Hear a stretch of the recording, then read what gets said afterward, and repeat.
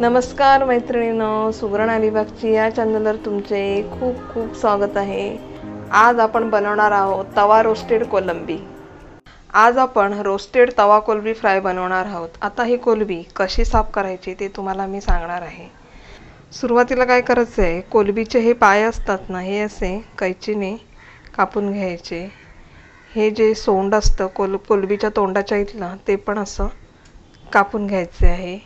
हे वरचं आवरण निघालं तर काढून द्यायचे।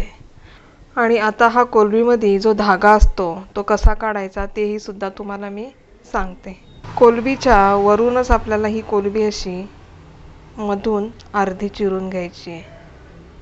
हे पहा, कोलंबीचा अगोदर साल काढून घ्या। हे पहा, हे कोलंबीचं साल काढून घेतलं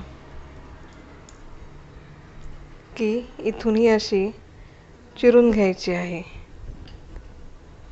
हाफ अशी चिरून घ्यायचे, पूर्ण दोन भाग करायचे नाहीयेत। असं चिरून घेतलं की हा जो काळा धागा असतो तो ऑटोमॅटिक निघतो। इथे पहा तुम्ही, हा काळा धागा निघालेला आहे।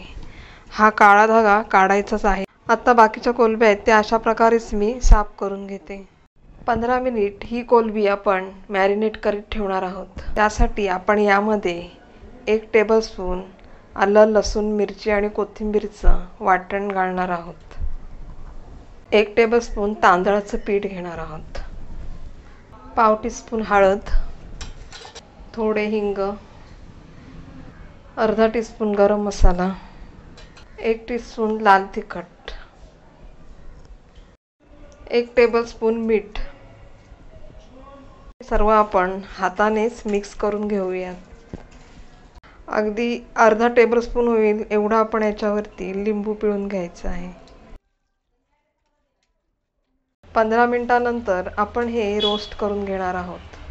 तव्यातलं तेल गरम झालं की यामध्ये आपण लसूण घालून घेणार आहोत। आता आपण कोलंबी रोस्ट करणार आहोत।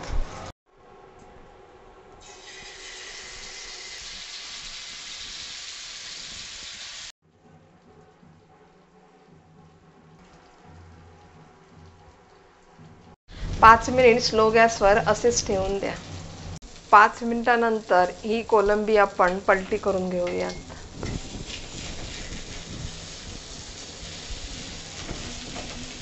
कोलंबी पलटी करून झाली की आपल्याला कोलंबीच्या साईडून असं थोडंसं तेल सोडायचं आहे। पुन्हा हे असेच 5 मिनिटं आपल्याला स्लो फ्लेमवरच ठेवून द्यायचं आहे। 5 मिनिटांनंतर तुम्ही इथे पाहू शकता कोलंबी ही रोस्ट झाली आहे। ही कोलंबी तव्यावर रोस्ट करताना स्लो गॅसवरच करायची आहे।